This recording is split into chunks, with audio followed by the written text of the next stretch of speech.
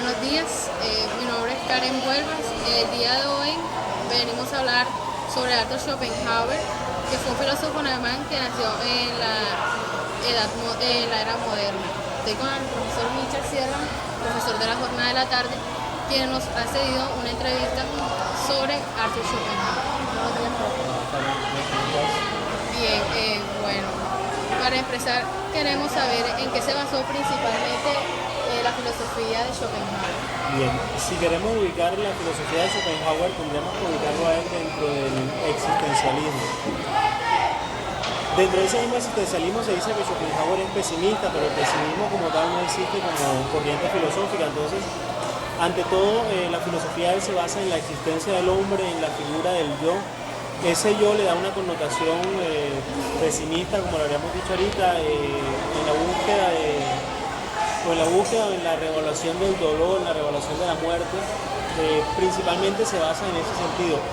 Para llegar a eso, parte de la filosofía principalmente de Immanuel Kant, que lo veremos ahorita, pero podríamos decir que su pensamiento es totalmente existencialista, rescatando la figura del yo, la categoría de la voluntad, la categoría del sufrimiento, del dolor.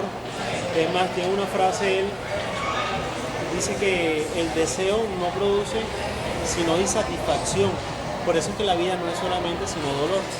Nosotros siempre vamos a estar deseando algo más, pero no lo vamos a alcanzar, entonces vamos a estar siempre insatisfechos y eso nos va a causar dolor.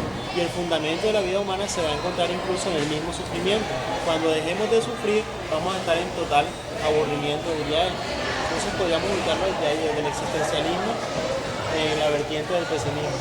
Entonces diríamos que el pesimismo como en sí no es una corriente filosófica. No, es como una variante de la corriente existencialista. Ok. Bueno, sabemos que también Schopenhauer tenía muchos filósofos en que se guió para el desarrollo de su filosofía y que entre ellos está Kant. ¿Qué tan fuerte o qué tan importante fue esa influencia sobre el desarrollo de la misma? Bien, es importante esta pregunta porque Schopenhauer es totalmente kantiano. Es más, cuando tú lees algunos textos sobre Schopenhauer, algunos comentarios frente a él dicen que la filosofía de él no fue sino un estudio profundo de la obra de Kant. ¿En qué se basa él o qué elemento toma de Kant principalmente en la cuestión del criticismo? Sabemos que Kant va no en contra, él revalúa las corrientes anteriores, racionalismo y empirismo, elaborando una crítica. De ahí vienen los libros Crítica de la razón pura y Crítica de la razón práctica. ¿El criticismo en qué consiste? En entender que no es ni la razón solamente la que llega al conocimiento ni la experiencia, sino que en algún momento tú puedes tener las dos para llegar a ese conocimiento.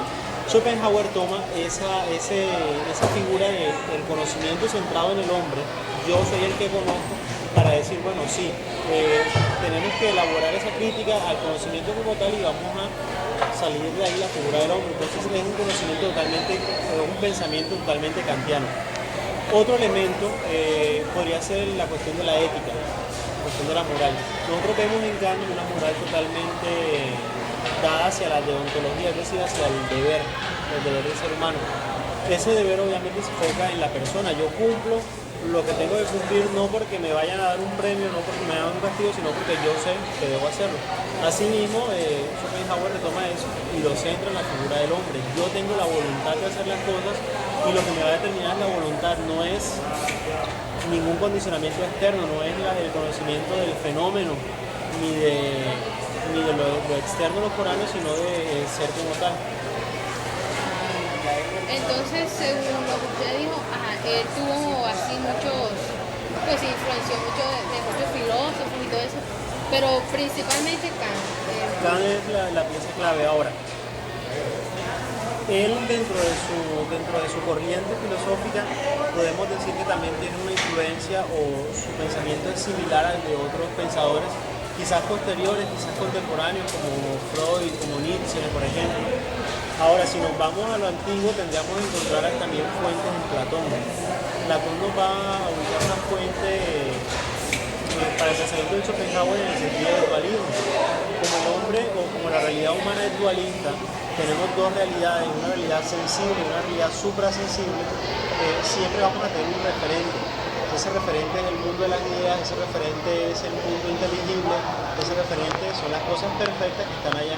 Con Schopenhauer también tenemos un referente y ese referente lo vamos encontrando día a día. El referente consiste en no estar contento ni estar a gusto con lo que tienes aquí, sino que vas cada día buscando cosas mejores. Bueno. Entonces, la siguiente pregunta sería,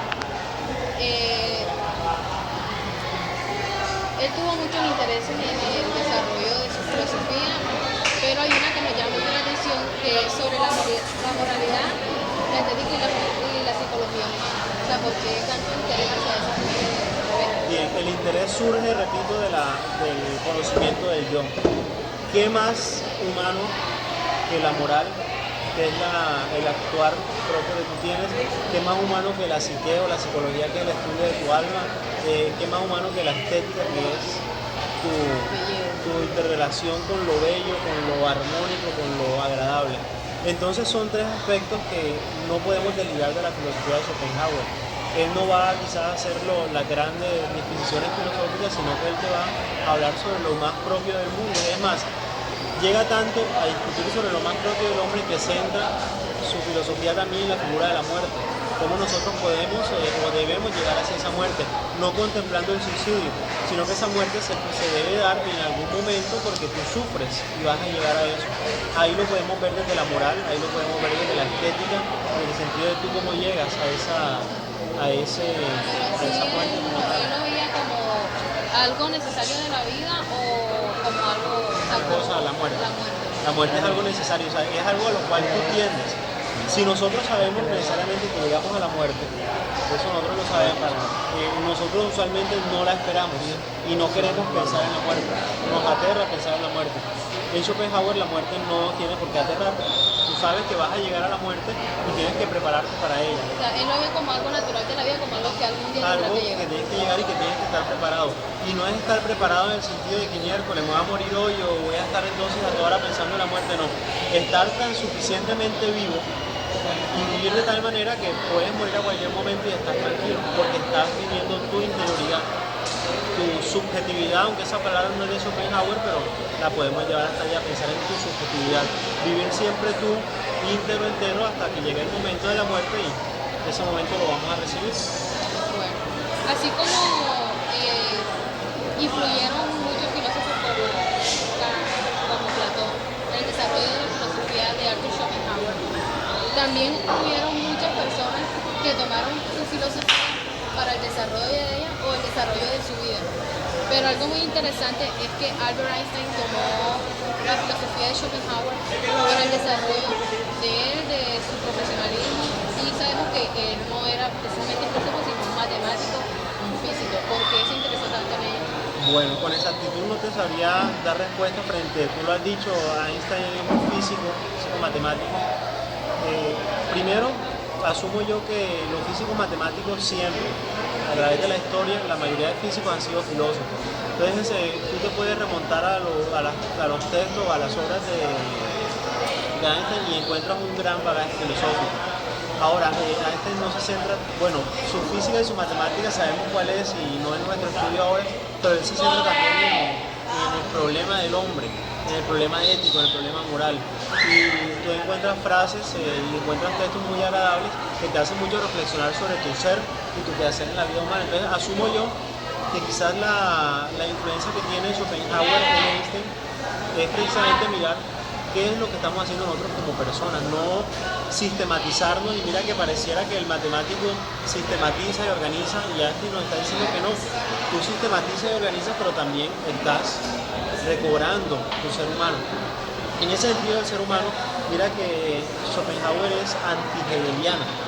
Hegel es totalmente estructuralista, el sistema, el espíritu absoluto, objetivo, subjetivo y te va ubicando al hombre en casillas. Schopenhauer no, muy organizado. Schopenhauer no, el hombre es experiencia de vida, voluntad. Asimismo, Einstein retoma el concepto de voluntad y lo va asumiendo para retomar, obviamente, y pensar en la vida del hombre. Bueno, ya sabiendo toda esta información, ¿cómo podríamos nosotros aplicar la filosofía, pues ya anteriormente dicho, en nuestra vida cotidiana o hoy día en la actualidad? Bueno, primero, pensar siempre y tratar de recuperar lo que somos como personas. Tratarnos de olvidar un poquito de lo externo, tratarnos de olvidar un poquito de la apariencia, tratarnos de olvidar de lo que digan las personas y quedarnos sencillamente lo que somos nosotros. Primero eso, segundo, rescatar la estética, rescatar el valor de lo bello, el valor de la moral, de hacer bien las cosas, el valor de la política. Todas estas cosas nos van a ayudar o nos ayuda Schopenhauer para nuestra vida diaria. Bueno, gracias. Gracias. Bueno, con esto concluimos que la filosofía de Arthur Schopenhauer es una filosofía que nos lleva a mejorar como personas y a ser mejores. Muchas gracias. Mi grupo se conformó por Gerson Suárez, Willy Blanco, en la cámara Carlos Fábregas y yo, Karen. Bueno, muchas gracias. Ya.